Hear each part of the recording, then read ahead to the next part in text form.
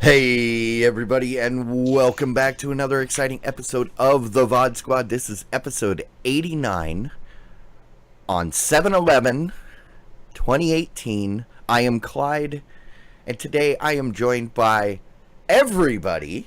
What? Starting with Matthew Ross. Hey Clyde and everybody. Michael Aston. Hello everybody. And Jimmy Trammell. Hey Clyde, and who are these other two guys? I know it's been a while. I kind of forget that we have four people.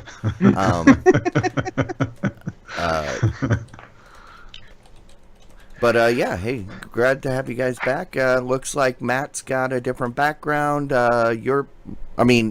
Mike's got a different background, but Matt's background is slowly changing. Doesn't look that The mattress different. is gone. No, it's still there. Well, it's not against the wall anymore. Like I said, it's slowly changing. It sounds over there, so that's all. What's going on, guys? Hey, we missed you. Hope everybody had a good 4th of July last week. Yeah, we had a 4th of July party, and I was like going, yeah, it's 7 o'clock right now. I would be getting ready for our podcast, but instead I'm sitting having a burger and watching the kids play on bouncy houses and doing all these other fun things. I was thinking, God bless America. I taught my kids, every 4th of July, I teach my kids the most important lesson you can teach a kid. That freedom means screw stupid laws, and we shoot off the biggest, most amazing stuff that we can find. Because government ain't going to tell me how to have fun. And if people will say, oh, but what if you set something on fire? Okay, then I will take responsibility for it because it was my fault, but that has yet to happen. And neighbors, based on the hoops and the hollers and the hoorays we got from the neighbors, I'd say it was well received. You had a neighborhood that all fireworks there? Sorry, what's that? Do they outlaw all fireworks there? Minnesota does not allow anything that basically leaves the ground.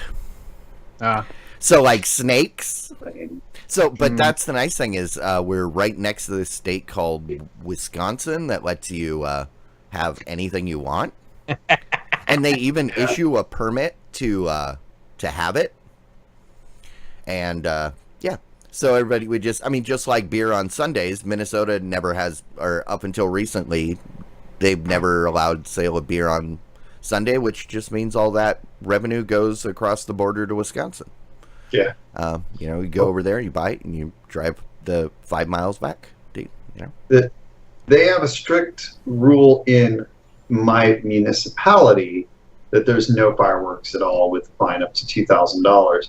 But I think that was more because of the fire conditions this year. It's only rained twice this summer, the day I moved and the 4th of July. Of course, the two best days, right? Since then it's rained quite a bit, but up to the middle of the summer, it had only rained twice, on the day I moved and the 4th of July. So it was like, well, it's like, growing up in Southern California, it was the same thing. In San Diego, they were never allowed to do fireworks because of fire concerns, Right. You're in the desert, and stuff catches on fire really easy. But my childhood, L.A., they still allowed fireworks.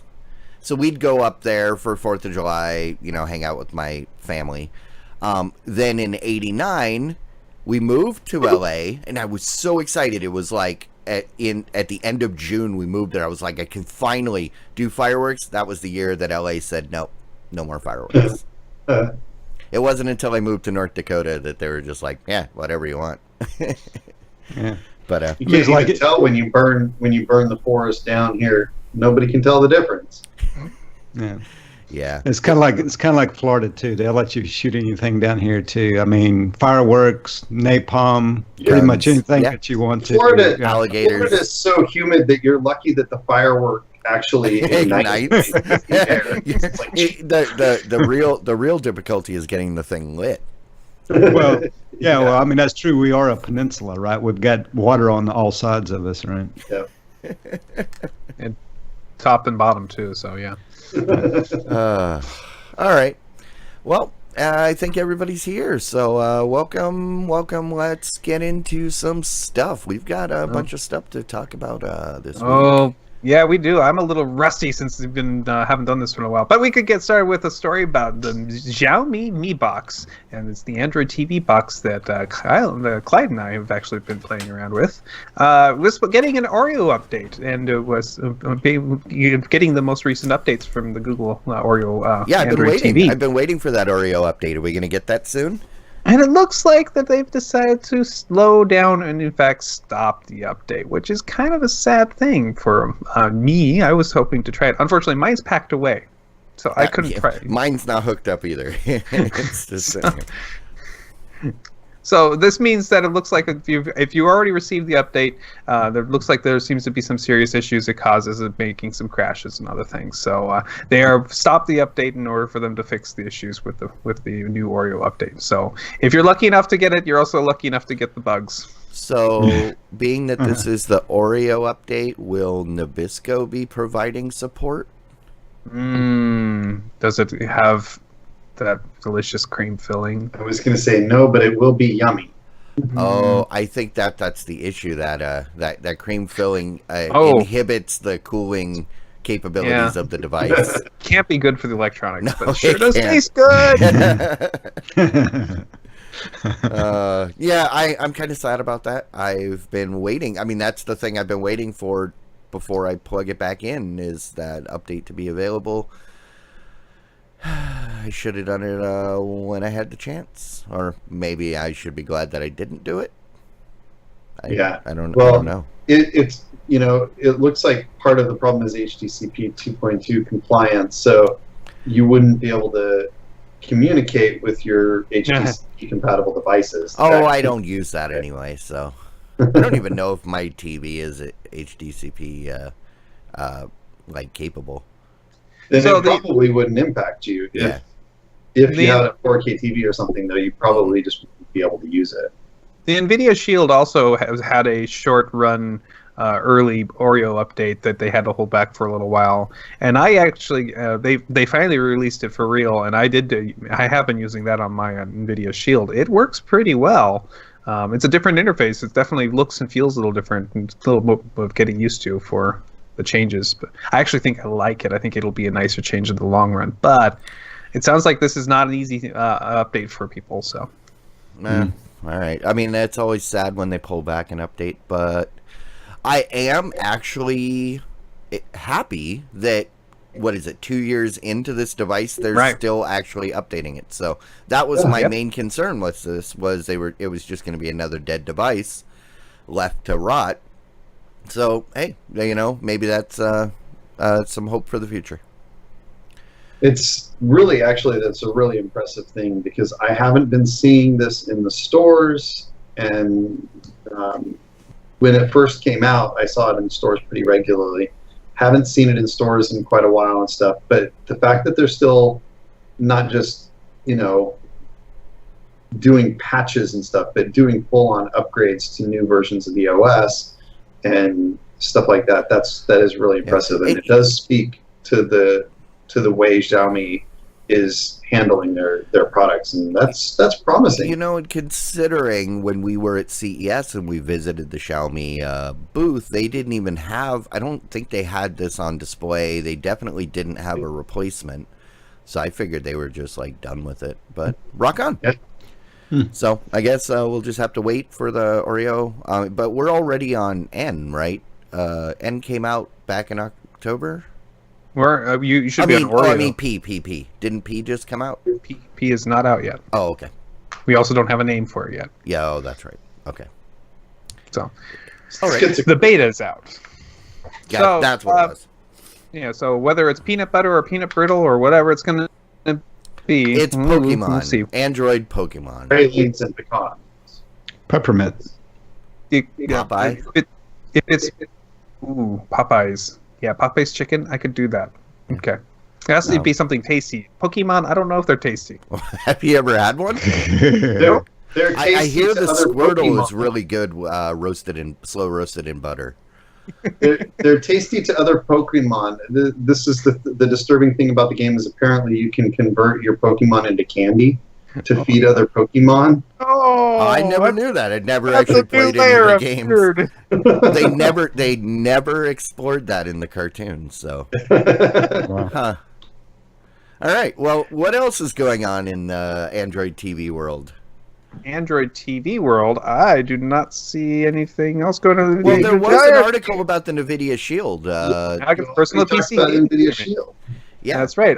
I somehow missed this story on my list. It looks like the NVIDIA Shield is finally getting the GeForce Now service. The GeForce Now service is that online service that was brought to you by NVIDIA's server farm in the cloud that allowed you to play certain NVIDIA-branded games on your PC or other devices. It looks like now you will be able to do the same thing with the NVIDIA Shield, which is a cool thing because, quite frankly, this seems like an obvious choice to me. Well, my question, when I first looked at this article, wasn't this promised from the very beginning, like 4 years ago? I don't remember, actually. Then I realized, okay, so the difference between what they offered in the past and what they're about to have now is they're not actually getting. They already had GeForce Now. They are now getting additional features to bring it on par with or bring parity with the computer. Yeah. But yeah, if you want, there's I'll put the article in the chat. There's a link to a full list of supported games, and then because they're bringing back this game streaming, I think, because that was a thing that Mike really liked when he tried it at CES. Was it 2 years ago? Where you can stream games from your computer and play them in the living room. I mean that's one of the main reasons that the NVIDIA Shield is interesting for why you might want to pay $200 for an Android TV as opposed to, was it $50 for this? That was $99. Was it? I swear it was for $50. Okay. Maybe. Yeah, I don't know. But it was so long ago, I don't remember what we paid for it. So I remember it was cheap. Yeah. Not as expensive as my original Google TV, or not as cheap as my first Android TV that was a developer model, but yeah. Right. Rock on. But so, this idea of streaming games actually to me is beginning to make more and more sense as long as I live somewhere where I can get the very low ping times, because the idea, I don't know if I'm going to be the kind of person who will be constantly upgrading his computer forever and ever more at this point, but having the one available to me in the cloud sounds like it could be cool as long as it can do it without me perceiving it being a problem, and as long as it doesn't cost too much to use outright. So I'm interested. I want to see what it can do. Yeah. I'd be willing to try a couple things. So I know in the past you were able to stream games to your living room that were currently running on a PC someplace else in your house. That's true.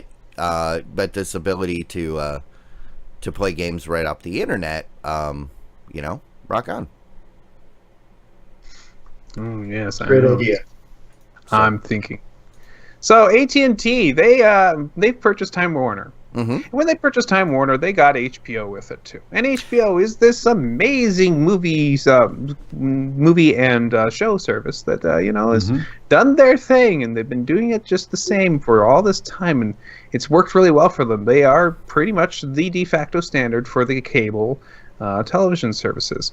Well, they had a meeting with with a bunch of these new executives of HBO, and they started saying that they want to shake things up and they want to make things completely different for the company. They wanted to go ahead and increase the production and the diversity of its offerings to the point where HBO is beginning to not look like HBO anymore. It's not making those very few shows that are absolutely rocking. That it's beginning to look more like a Netflix. Yeah, this guy John Stanky. Is that his name? Yeah, his name is Stanky. That's why the title on Cord Killers this week was Tanky or Stanky Gets Slanky.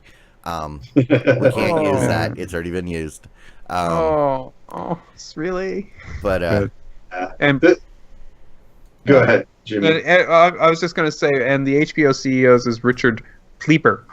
So Stinky and Pleeper. Stinky and Pleeper, attorneys at law. Yeah, I don't know. I mean,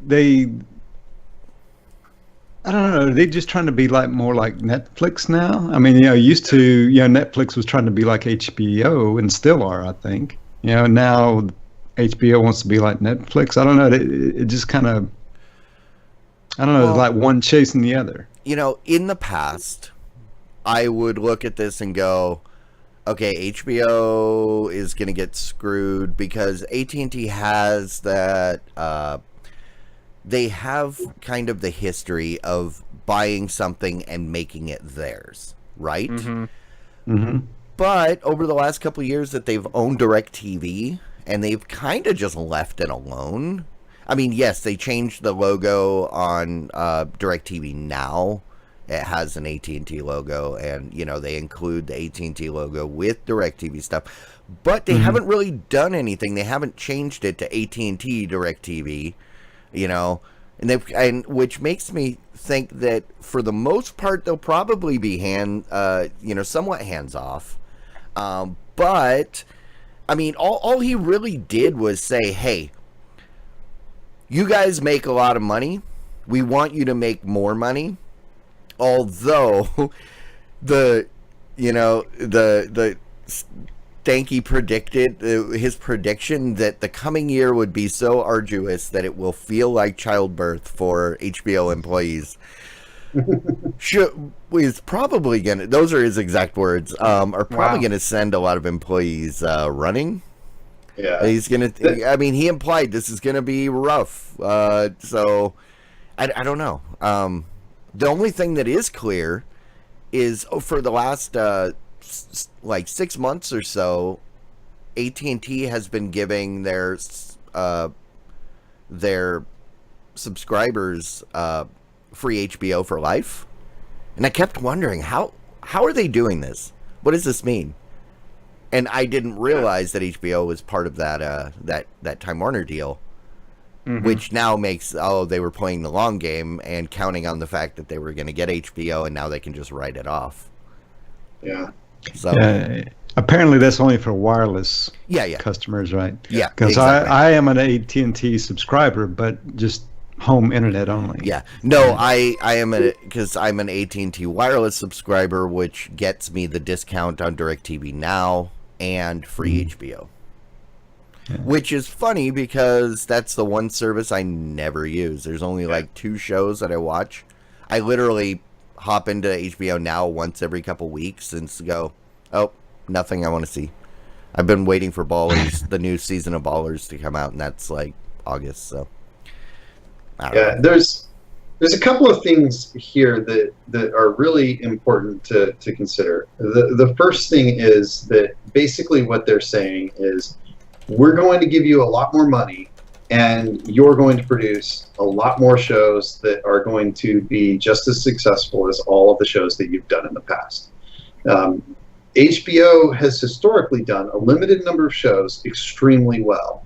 Right. That is the key to their success, right? Is that they're discerning and they produce high quality content. And the idea that they can just put more money at it and be able to produce more work is more high quality stuff. That's that is not necessarily true. And in fact, it's usually not true at all. Right. And then the other thing is, if you think that you can just tell people it'll be rough, but it'll get better, and expect people to be willing to soldier through a year of misery and watching their company be destroyed and their culture be destroyed, you've got another thing coming. You're going to lose your top talent to places that are going to treat them nice now, not maybe in a year or two. And historically, I believe that most companies paint a better picture of how things are and are going to be for you than the reality is.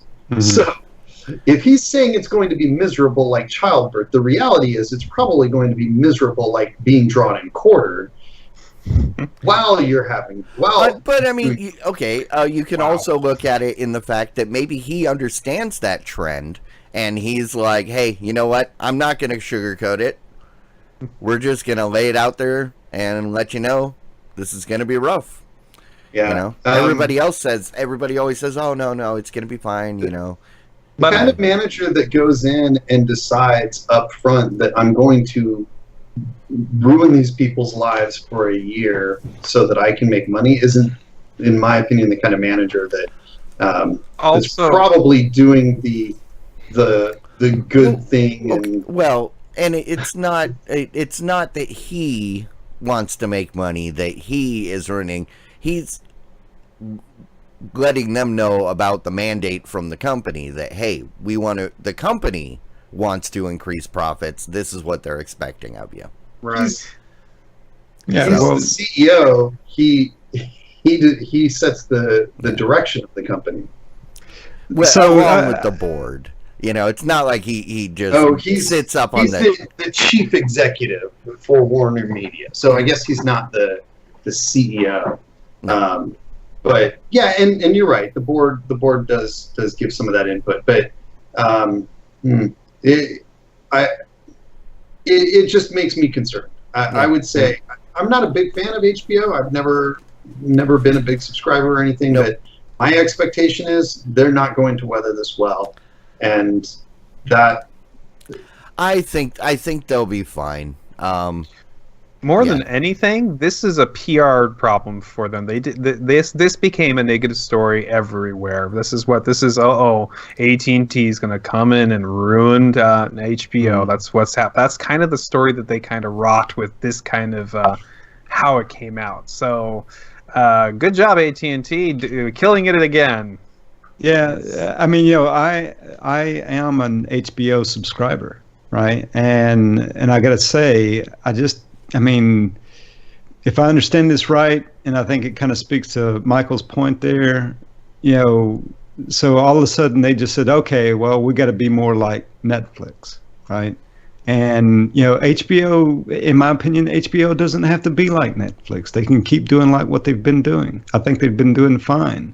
And I got to say, as a subscriber, this concerns me, right? I don't know. I mean, I'm willing to give them a chance. Well, I mean, right? As long as they keep putting out content you want to watch, then you'll keep paying. If they're not going to go in and cancel the shows that are drawing people in, the worst thing that could happen is they'll start pumping out more shows that you don't care about, but you don't watch them anyway, so you just tune in for the stuff you care about, right? Well, no. The worst thing that can happen, there's two things. The worst thing that can happen is that they crank out a lot more shows, which reduces the quality of their existing shows because they have less focus and less money, and they stop producing new good shows because they aren't putting the effort and the focus on finding the right shows and producing them really well. They're just trying to produce a lot of shows and hopefully hit it out of the park with all of them, but they don't take the time and the effort to do it right. So you end up getting a lot of mediocre shows, no new good shows, and potentially lower quality. That's the worst that can happen. In my opinion, based on their current library, that would just be more of the same. Well, see, I don't like most of their stuff, so yeah. Well, see, HBO for me, right, is a service that produces some good top quality shows, right? They got a few that they do, And what they do to fill in the gaps in between is they also have the movies that's been recently released, right? So that's how I watch it. I watch an occasional movie on there, and then there's maybe a handful of shows that I might watch on there, right? And that's the service that I pay for.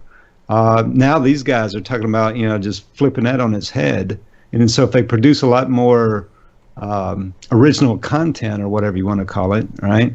Then what about the movies? Are those also going to stay there? Or are they going to do away with those? They're going to cut that budget to fill the original content budget? I mean, I don't know. I mean, it leaves a lot of questions. Yeah, I actually, I'm thinking about it right now, and HBO only has one show that I'm actually happy to see come back, and that would be Ballers. Because Silicon Valley has gotten terrible over the last couple seasons.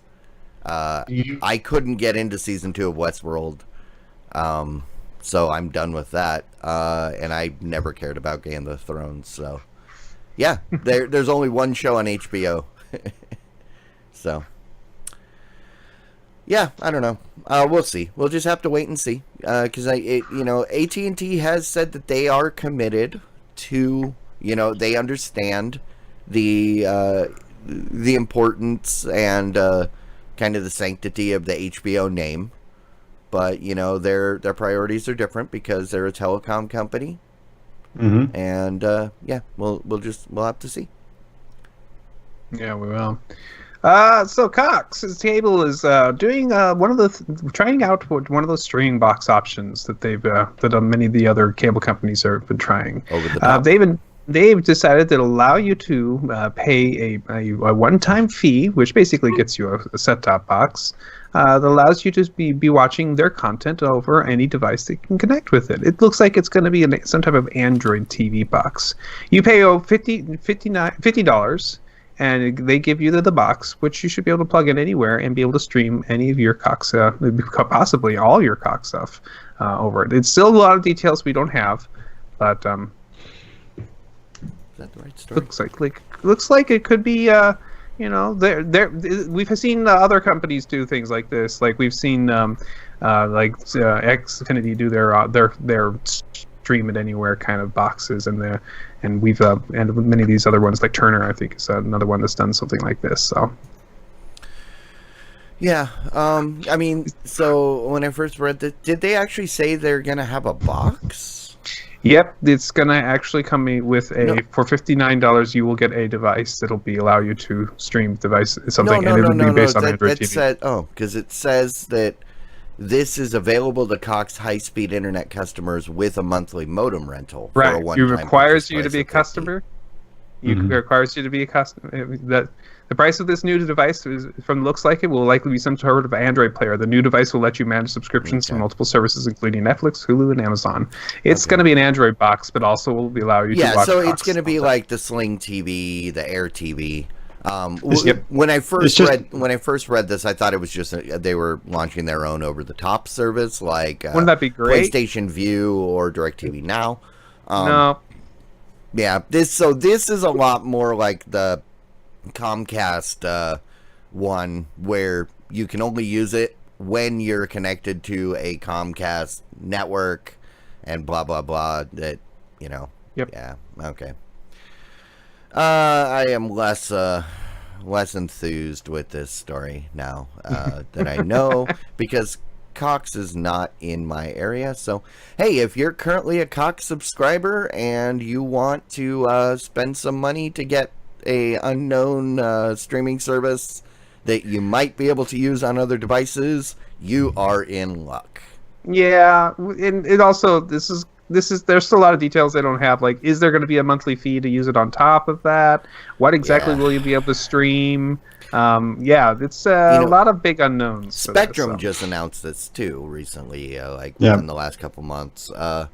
They're better off just ditching the subscriber mandate and doing a straight over the top. But if they're trying to use this as a ploy to boost their subscription to their internet service, then okay. I would say that one thing that would be nice about a feature like this is if it was geared towards users that have their service that want to be able to view it out of their home market, right? So that this kind of thing makes no sense the way they present it. But if they just shifted it a little bit and said, we know you travel, we know you're not always at home, so we want to make sure you have the same service available everywhere you go, and here you go. That would be brilliant, and that would make a lot of sense. This adds no value to anybody, in my opinion. I don't think anybody's going to be duped into joining or maintaining their subscription because of this service.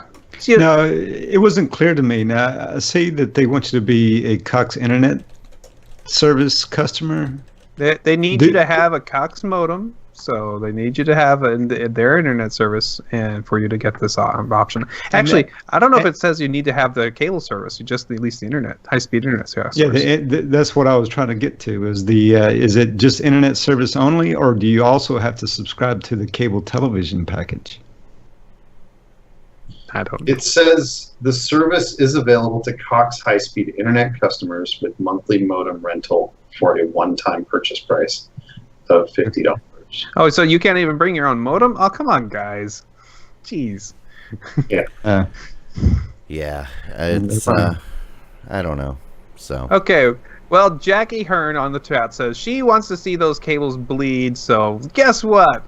Next one has a nice picture of scissors cutting cables just for her. DirecTV and Sling TV and PlayStation View have all had price hikes in the last couple of weeks or so because we've been gone and they've all decided that now's a good time to increase those prices. Basically, they've all been kind of trying to be low prices in order to try to get enough market share to become profitable. And now they are beginning to slowly and carefully raise those rates. Because they keep adding channels and they keep adding the new features and all that stuff costs money, so they do need to probably increase the cost every once in a while. So yeah, but I mean, wasn't it the sales pitch that AT&T did to buy Time Warner? Oh, we're going to have better services, we're going to have lower prices, and then what? It was maybe not even a month later they raised the price. Yeah. Well, I mean, this is an existing service that they have been retooling the prices throughout the last year. So, and this was coming. It's the other stuff that they're purchasing that they've agreed to not monkey with. Well, we have things like Sling went up for $5 for one of their lowest services. The Orange service went up $5. DirecTV went up, and so their lowest cost is now $40 a month, or is it $45? 40. Same thing with PlayStation View. They also went up so their lowest price is now $45, and YouTube TV went up a while ago from $35 to $40 unless you were grandfathered in. So they're all going up. This is to me, it's getting borderline, right? One of the compelling reasons to go with a service like this is that it gives me the ability to pay a little less and get a little less, because what I pay for from the cable company is really expensive, but I get a whole lot of stuff I don't want.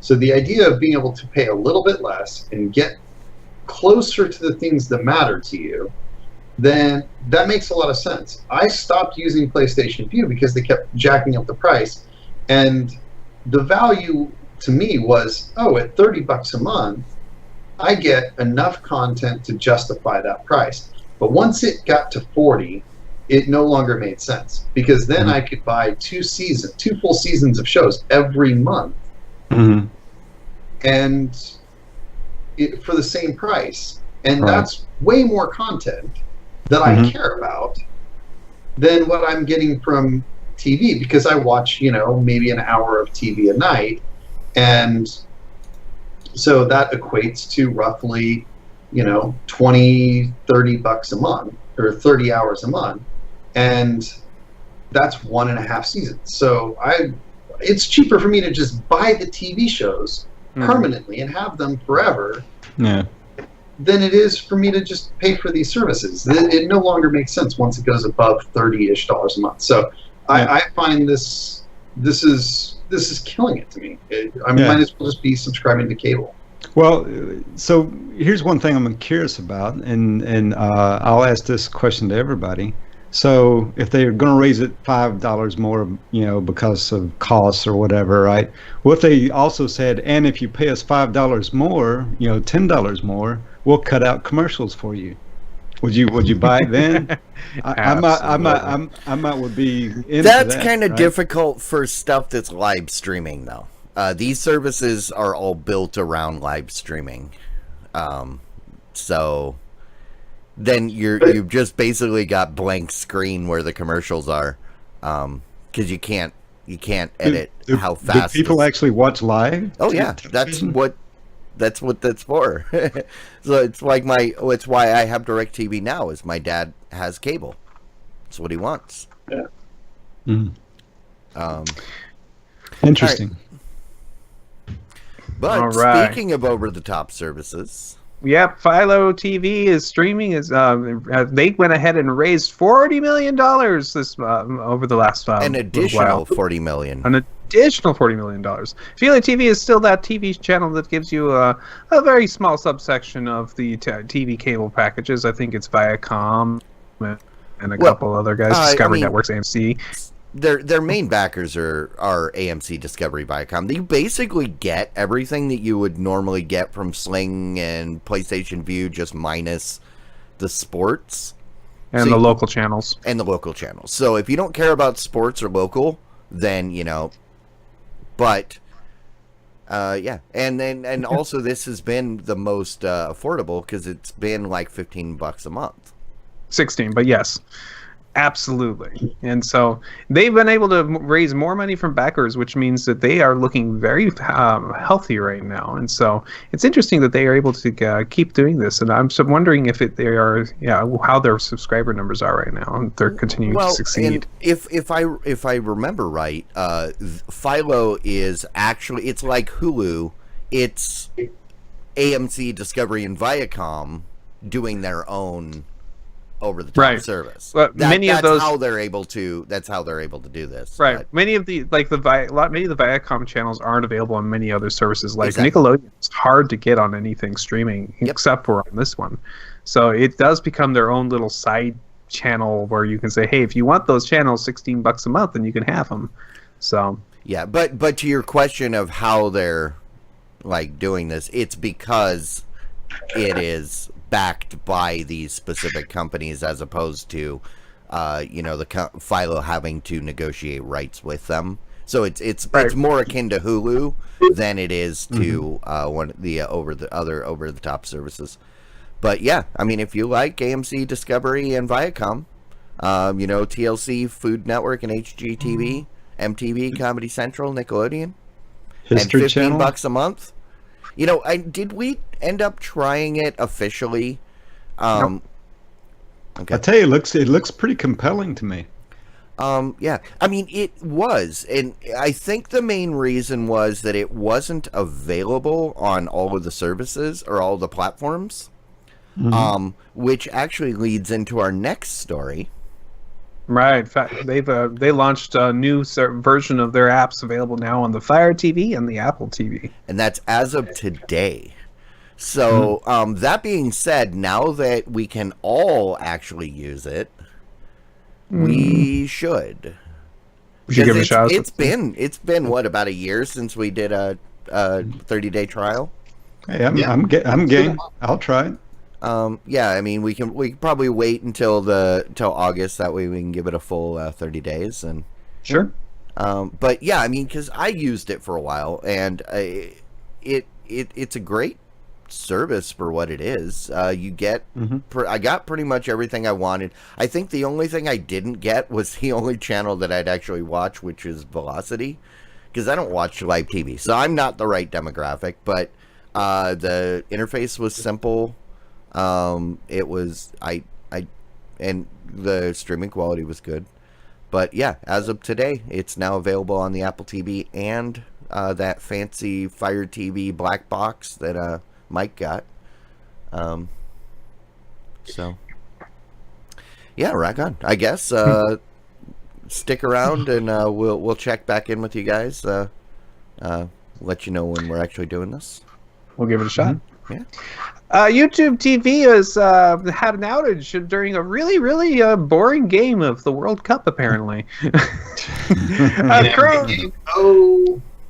Croatia and England were squared off, and unfortunately YouTube had a 40-minute outage where right in the middle of or near the end of the game, where there apparently were some really upset people about that. Yeah. Apparently it came back in time for the extra time at the end of the game because it was tied up.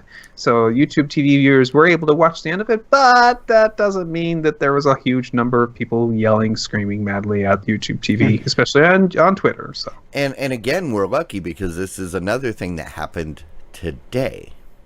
I just happened to see the tweets, the tweet storm in real time, and all I could think is, so you're missing a guy rolling around on the ground, pretending he's hurt to run down the clock.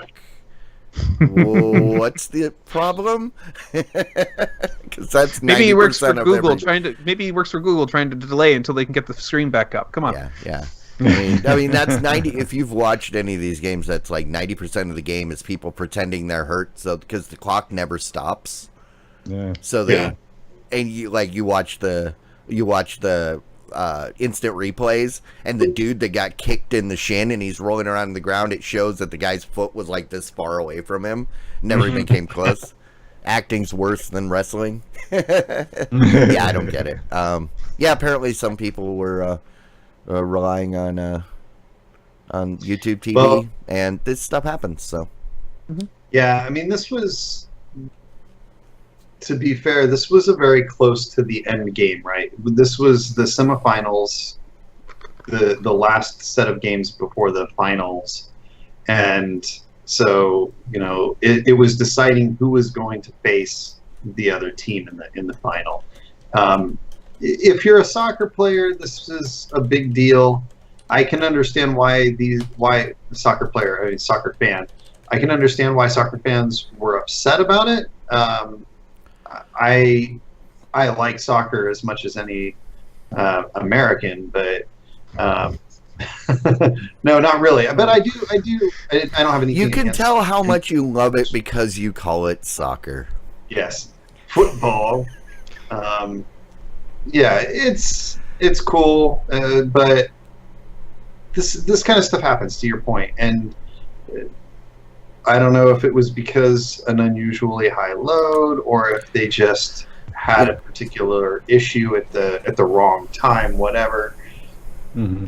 And it was funny. I was reading the tweet storm, and there's all these people espousing YouTube TV saying, this is the last straw, I quit, even though it's the first time that it had ever happened to them.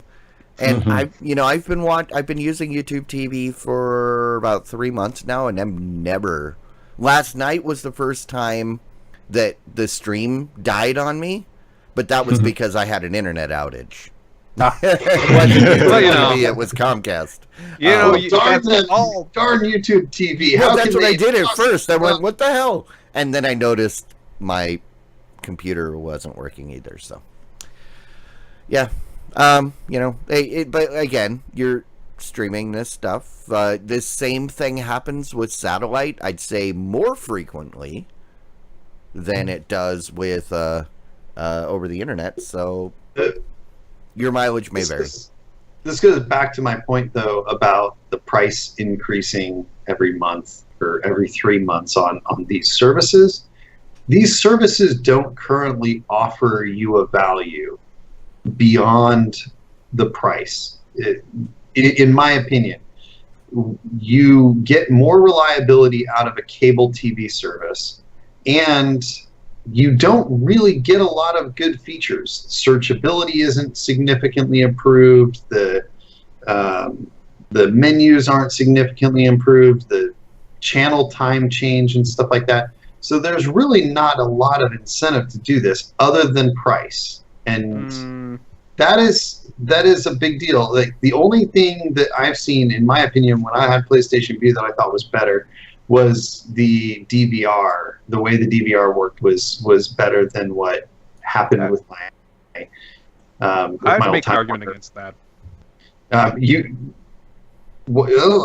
love to hear it. Maybe we'll pull back to that at the end. Just to get back on YouTube TV, we have a story here about AMC Premiere. It's a streaming service. Actually, not even a streaming service. It's offering you the ability to watch AMC shows without commercials on YouTube TV. Excellent. Yeah, this is the service that they were talking about a couple months ago, and the details were very sketchy about what you were going to get, how much, and, it's finally been announced. So for $4.99 a month, you'll get access to commercial-free versions of AMC's series, plus extras, including bonus footage, which, who cares? Somebody cares, I know, but... It's AMC. There's probably some people out there that really into some of those shows. But it will be available on YouTube TV's channel lineup, kind of like what Amazon does with their channels, where you can sign up for stars or whatever. So, $40 a month if you're an AMC fan. I mean, because this is cool. If you're an AMC fan. Because it's essentially what HBO Now did. Because HBO Go, you could only get it if you were a cable subscriber that also subscribed to HBO. AMC, up until this point, has been the same way. You haven't had the ability to just pay for AMC outright. So, yeah, if you're a YouTube TV subscriber and you miss AMC, you're in luck. Yeah. All right. Well, moving on. If you are a Sling TV or Dish provider, subscriber, not provider, and you like watching Univision, you've been dealing with a week's worth of an outage from them due to a disagreement about a price hike that Univision is asking from them. Apparently, the Univision is asking for a significant price rise of 75% of their fees. And Sling, of course, Sling and Dish, who are pretty famous for kind of holding their these channels' feet to the fire when they do this, has decided to drop them. So, there you go. Well, and you also got to remember that Sling TV is actually DirecTV. So these are both of the satellite companies. Sling TV is not DirecTV. Sling TV is Dish. Oh, I mean Dish. Sorry, that's what I meant. So Sling TV and Dish, those are the parent company and the streaming company. That's are the ones I misspoke. Right. Thank you. It's okay. Yeah. So because when in this article it says Sling TV and Dish, but what I meant was it's the same company. It is the same company. Absolutely. So would be like saying DirecTV Now and AT&T. Well, no, it's just one company. So a dispute, which makes this a lot smaller. But yeah, I mean, if you're a fan of Univision and you're missing it, then maybe you need to go to DirecTV Now or to PlayStation Vue, and then maybe Sling will have to make a decision. Very unlikely. Dish has done this in the past many times. I can remember the great CBS blackout. Yeah. No, this happens all the time. So this is something that Dish in particular puts their feet down and says, no, we're not going to take the new fees. But usually they just go through the threatening stuff, and then usually in the 11th hour before it gets turned off, stuff gets worked out. But Univision is digging in their heels and saying no. So the interesting thing here is that Univision has an $8 app that offers basically all of the same content, and they're expecting Dish to sell this channel for $15. Yeah. And so that really doesn't make a lot of sense. From a Dish perspective, why would anybody ever subscribe to a service that they can get for half as much somewhere else? That doesn't make sense. And actually that goes back to the previous story we were talking about AMC, that $40 thing, and I was thinking about it after we talked about it. You're paying $40 to get the thing you already get through YouTube TV. And I mean, yes, commercial free, but in the DVR you can fast forward through the commercials. No, you're paying $5, right? So you're paying $5 extra to get commercial free and the bonus content, which to me is still expensive. Like Hulu charges $2 more to get commercial free, right? Free, but yes. $5 for one channel to be commercial free. That better be some amazing. No, but that's what I was saying. You're paying this extra money when you can already fast forward through the commercials in the DVR. So I would personally still pay a couple of bucks if that was like if it was one of my main channels. Like I watched AMC like 2 or 3 shows on AMC every night or on a regular basis. I might be willing to pay a couple of bucks to be able to just straight up skip the commercials and not have to deal with them. $5 a month is pretty steep to just skip commercials when, to your point, you can already fast forward them on the DVR. Yeah. All right. Last story. Apple has been doing their work over the past year or so when they've been saying that they're working on their TV service. And over this year or so, they have managed to put together about 20 shows that they've ordered for their big streaming TV launch that they're planning to do in 2019. So that's not a bad lineup, actually. 20, especially if they're high quality shows. That's an HBO level of shows for a year, I would imagine. Okay. So, I mean, the main point of this article was that it says that Apple has quietly ordered 20. Yeah, they weren't quiet about it. Every week they're like, hey, we just signed Oprah to do a show. Hey, we just got all these other people. They're going to do a show. We don't know what it's going to be, but they're going to do something. I think I put this article in, and then I kind of thought about it after the fact. I should take it out, because the whole point of this article was that originally Apple was going to do a live TV service, another over-the-top live service, but they scrapped that. The 20 shows that they're going to be doing, it's all, on demand, which, that's not really news. We knew they were going to do that. Well, Apple hadn't really announced what they're going to do. I mean, we know that they're lining up these shows. We know they're going to do something with them, right? Yeah. So they really hadn't announced what they're going to do yet, well, yeah, right? But the one thing I do find interesting is the Oprah Winfrey. Mm-hmm. And to your point, Clyde, she, when she was still on television, she had an everyday show. It was a daily show. Yeah. So that's the one thing that she knows. She knows daily content. Oh, absolutely. Right. And so, I wasn't trying to minimize I wasn't trying to minimize the stuff that they got. I was just saying that the title of this story is wrong. Because they said they've quietly ordered 20 original shows, and they weren't quiet about it. They've been bragging for months about the talent that they're signing. Yeah. Well, I guess, but I think it's more about the media just follows Apple. Yeah. Is what it is, right? Yeah.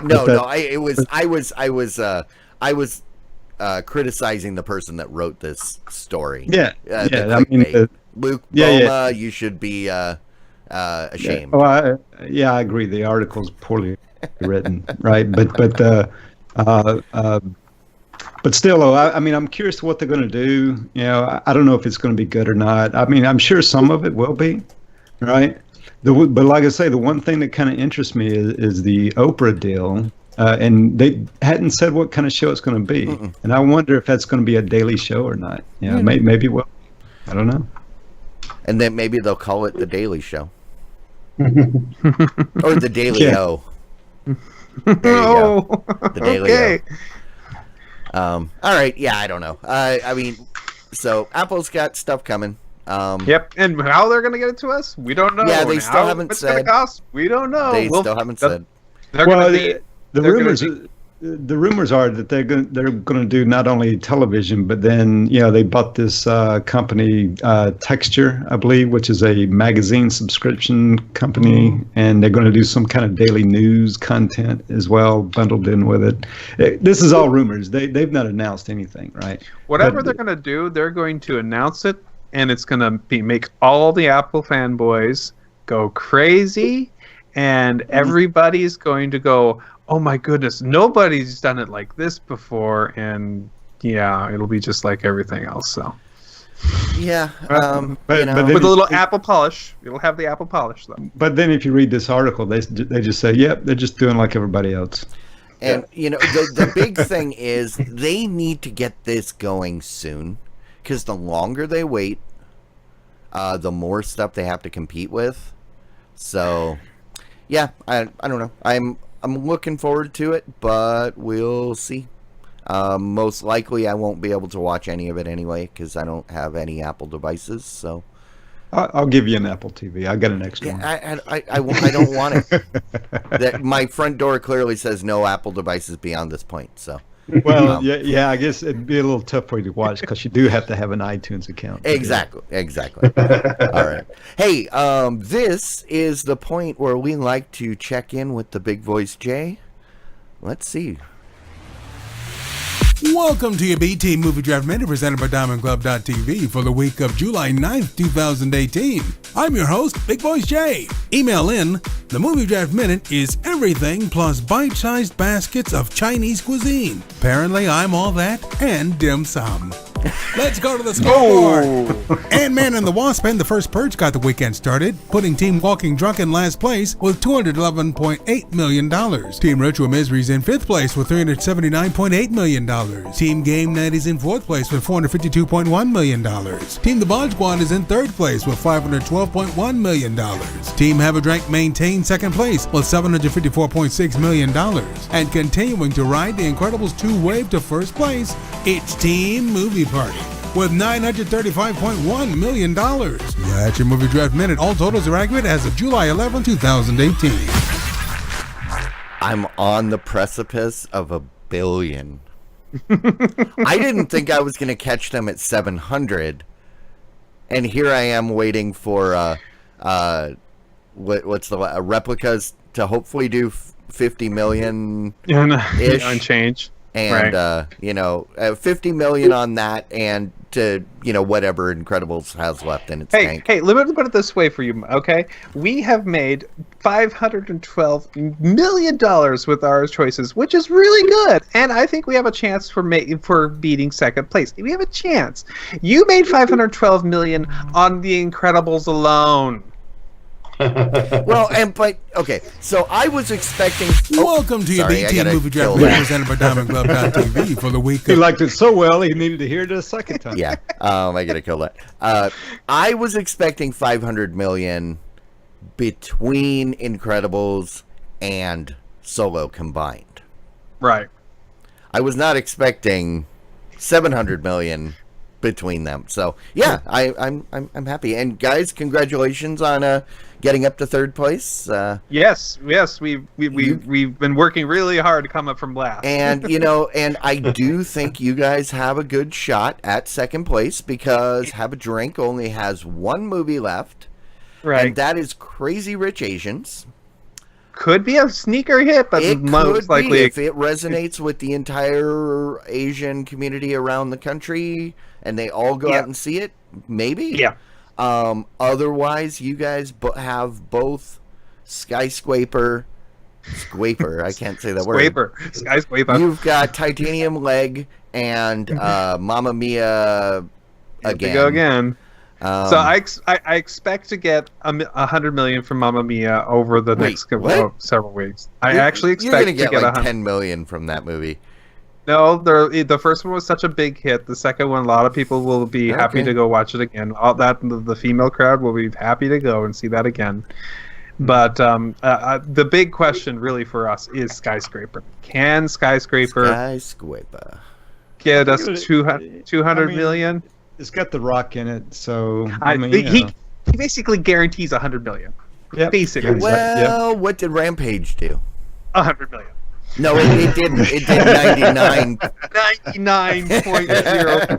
It's so close. So I'd say that The Rock guarantees 50 million plus, depending on the supporting cast.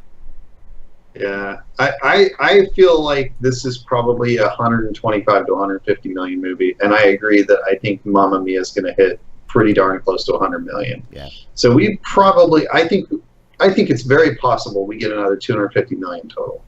So that'll bring us to 750 million. Yeah, that's not enough. If we can get 300 million, then we got a chance for second place. Yeah. But it's pretty clear you got it. Yeah. Yeah. I want the billion. I want that billion. You're gonna get it. You know, I thought I would be content with 100 or 800, but no. Now that I've got the taste and we're so close, I'm going to be angry if we don't cross that billion mark. There's no way you won't make the billion. I mean, you only need 65 million. My luck, we will get 999,999. You'll go out and buy $1,000 worth of tickets to get you over it, if that's the case. I know you will. Well, the problem is, yeah. Oh, yeah, but that's the benefit. Now that Game Night, we replaced their movie with The Meg. Yes, we did. Which actually I'm definitely going to go see that. That looks so much fun. But which means the last movie is mine. So even, so that $1 billion quest, it's gonna be drag. the quest for you. Yes, it is. I suspect you're gonna get to cross the line way before your 4 weeks? Well, yeah. But I mean, it's gonna be that slow pace at the end. Going, is it gonna do it? Are we gonna do it? Yeah, you are. Poor Jay checking in for 4 weeks, going, yeah, they already won, but they are making me do this. No, we will not make him do it. Don't make Jay do it. Unless it's like that close, which it won't be. I guarantee. It's going to be like the 2000 election all over again. Every day something about the same story. Well, we're within 2%. We'll check back in an hour. Still at 2%. We'll check back in another hour. And just so you know, The Rock gets paid $20 million plus for every movie he does. But what I tell you is, if you are not beating us by at least 600 million, I will not concede victory. See, that's what I'm talking about. Florida spoke. Just deal with it. All right. Hey, this is the point. Hanging chat. We'll keep the chat hanging. All right. So this is where we.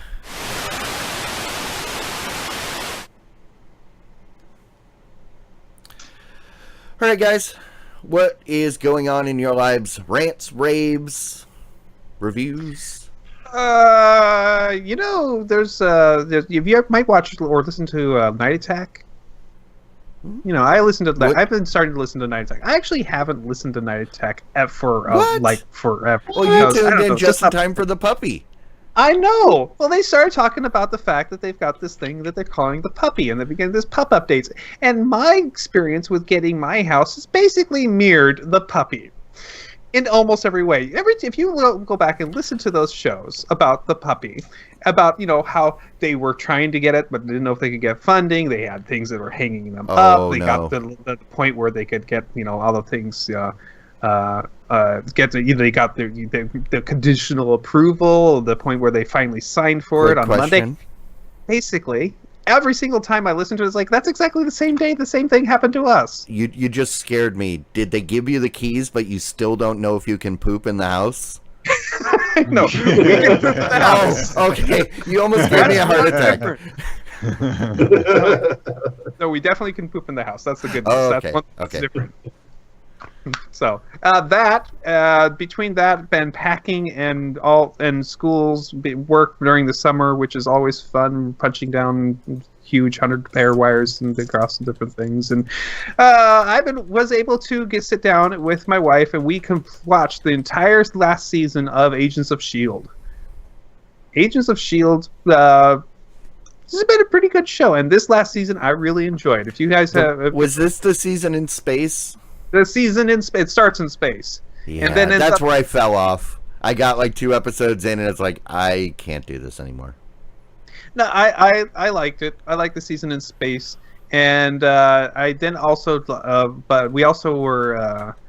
We liked it when halfway through the season, basically, it moves over back to Earth, and so I like the way they went to that. They did a good job tying up loose ends with it. It was a pretty decent series, if you ask me.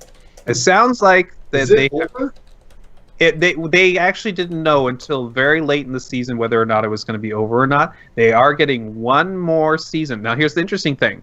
If you've seen Infinity War, you know that really kind of changes how things work. So, it's not coming out, the new season, until after Avengers 4 comes out. Yeah.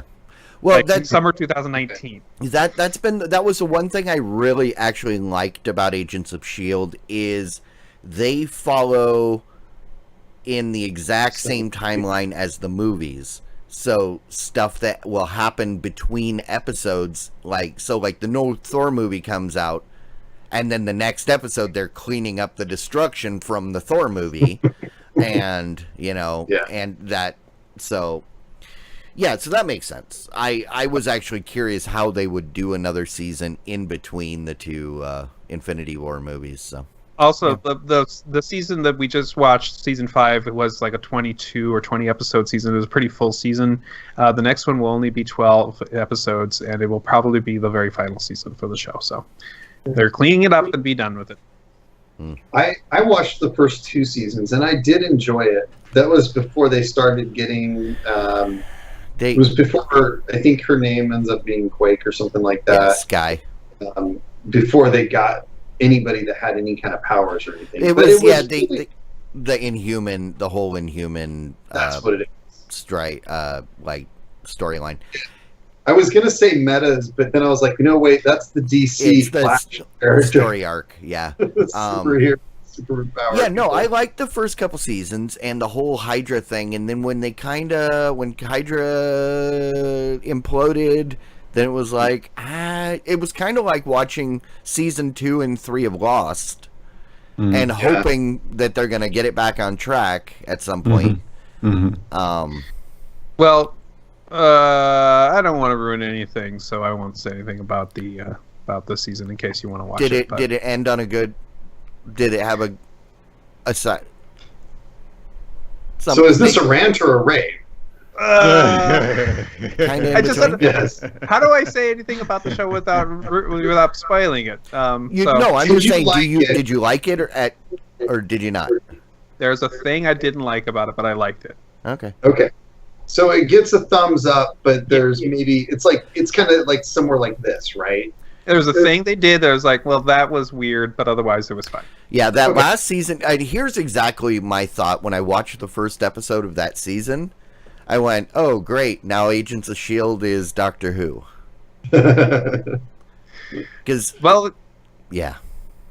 The last thing I'm going to say is that also the Awesome Games Done Quick for the summer 2018 happened recently, and a good several of my days after all things were done were spent watching the 6-hour stream over the VOD of Final Fantasy VI, and I enjoyed the heck out of that, so... That was what I have. Yep. All right. Rock on. What about you, Mike? Yeah, so I have been watching Rebels with my daughters. Not enough.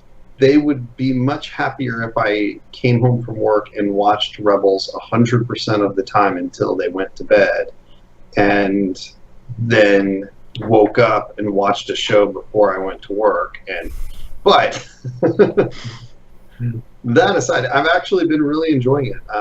We're somewhere in the 3rd season. I think we just watched episode 4 of the 3rd season, and this is a really good show. We enjoyed Clone Wars. We finished that up a couple weeks ago and have been really enjoying Star Wars Rebels. So. Is Rebels the one they just wrapped up, or was that another one? I think it was Rebels. Okay.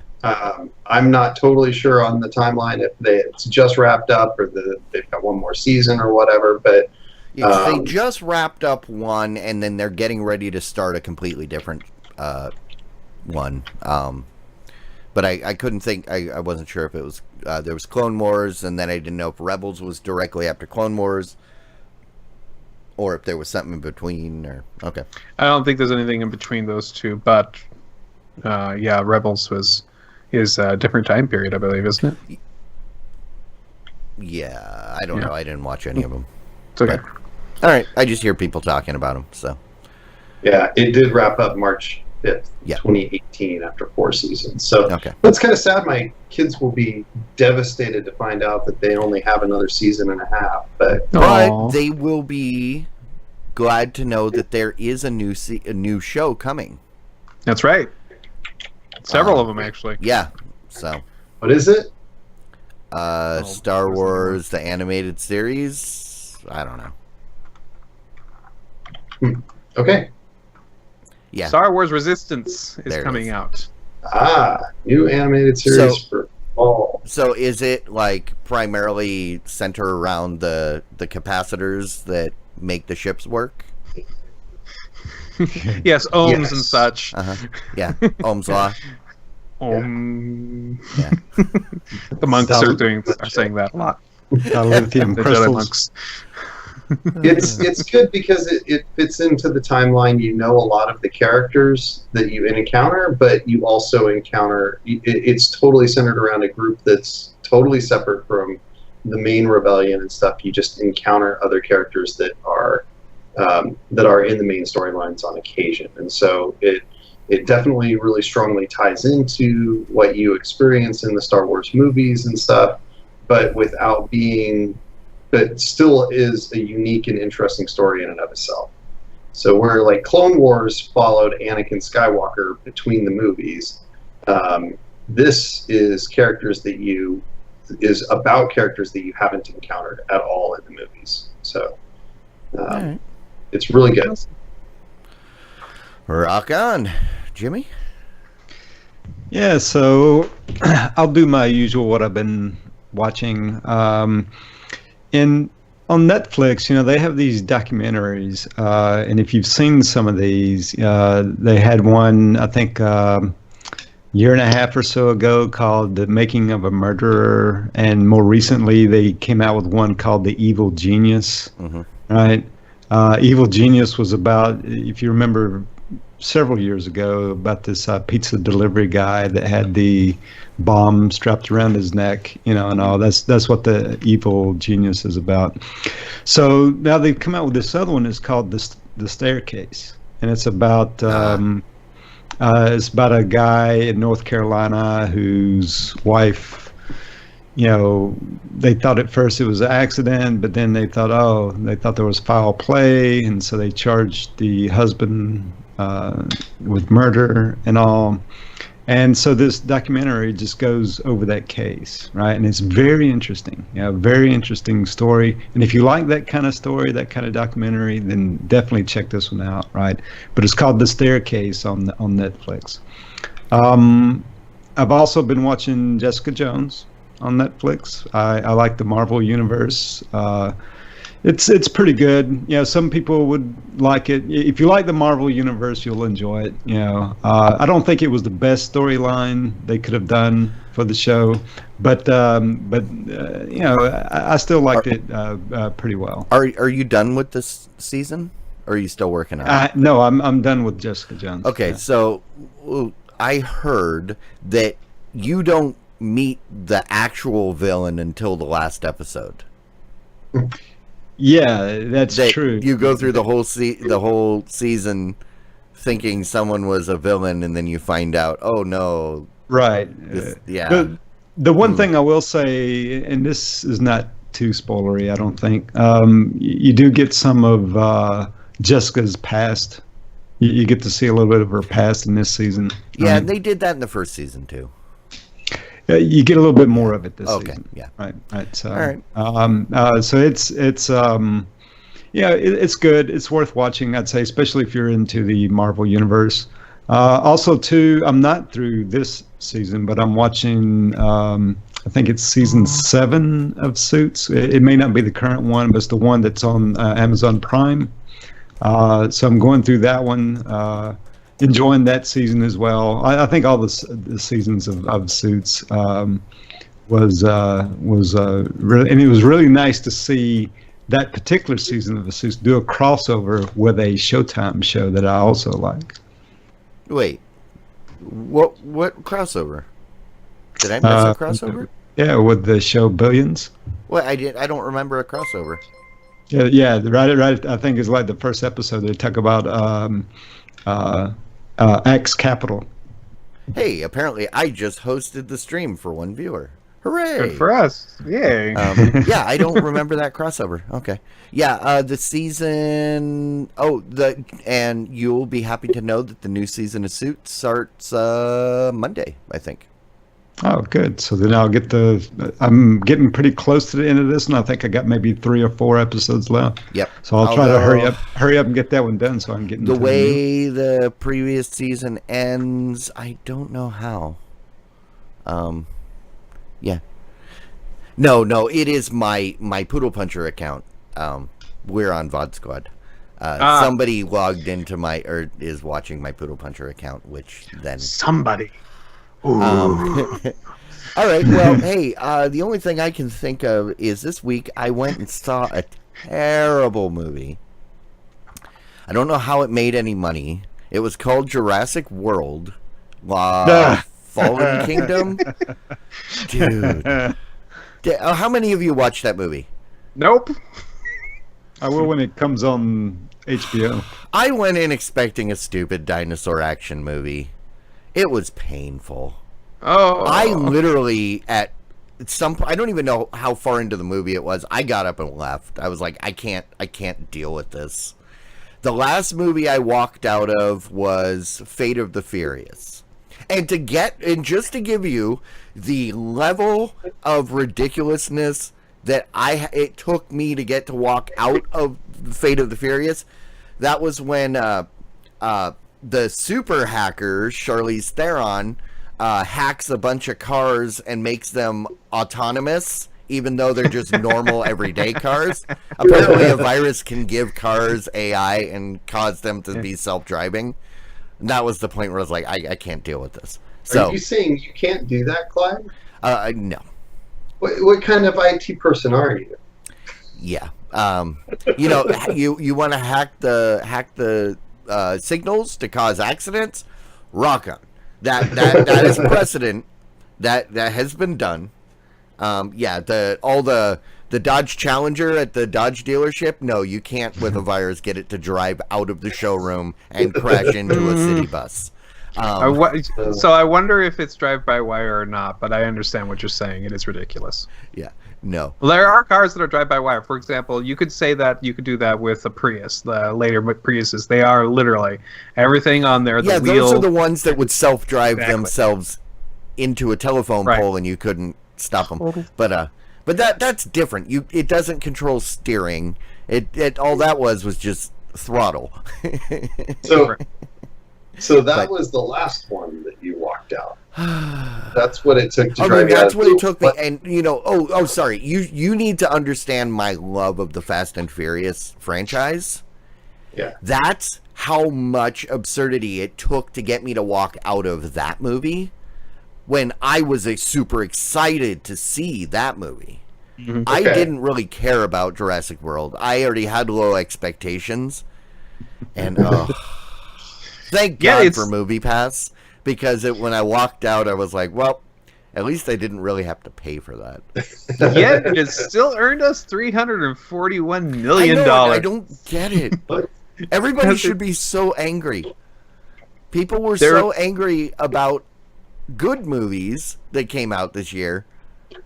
Clyde, there have been so many bad movies about dinosaurs, and they almost always make money. I know. Remember the Disney Dinosaurs movie? There was like people have been talking about. I did not know that exists. I need to find that. We need to watch that in a movie party.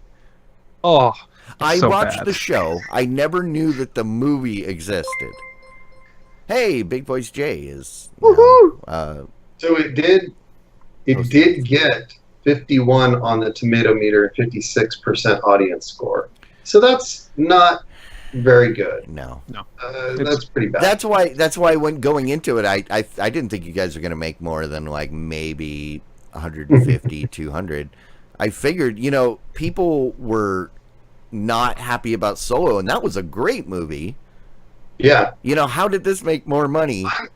I'm Advertising. floored by the performance of Solo, especially in light of these kinds of this show. I'm not even a Star Wars guy, and I loved Solo. Yeah, exactly. I think Solo just picked the wrong weekend to be released. Solo had a lot of cloud. So many people were over angry Yeah. before it even premiered. Yeah, I don't know. It's okay. All right. Well, hey, we should wrap this up. We're getting about that time. Everybody, if you're watching this for the first time, just remember we're here every week, as long as it's not the 4th of July. Here, 9 p.m. Central, Wednesdays on Twitch. Also, this weekend is the July movie party. Ooh. We are watching Rock and Roll Nightmare and the sequel to Rock and Roll Nightmare. There was a musician that was a bodybuilder turned musician. His name is Thor. So Rock and Roll Nightmare, he stars in it, and he also does the soundtrack. And from what I hear, it is terrible. That was made in the early 80s when he was still fairly young and in good shape. The sequel, I think, was made within the last 5 years. So, and if you're coming out to the movie party, do yourself a favor. There is a documentary out there. I think it's on Amazon, but do a Google search, you'll find it. But there is a documentary about the artist Thor. And watch that first. It is kind of really sad. But it'll give you some a little bit of insight into him and his shtick leading into the movie. But yeah, we'll be doing that Saturday. That is I don't know the date. Crap. I should have looked at that first. The 14th, 9 p.m. Central. For information, you can follow us at the Movie Party or at DC Movie Party on Twitter, or go to movieparty.net to the website. It's got all the links to everything, tells you how to do it. And guys, thank you again for hanging out. Those of you that are watching live, stick around after the ending. We'll get into the after show. We'll pick a title. Head on over to tvs.showbot.tv And submit a title if you want. It's still not and too if late. you haven't, there's still time to submit titles. So on that note, thank you. Bye. Bye. Bye, everyone. Diamond Club. Over. Oops.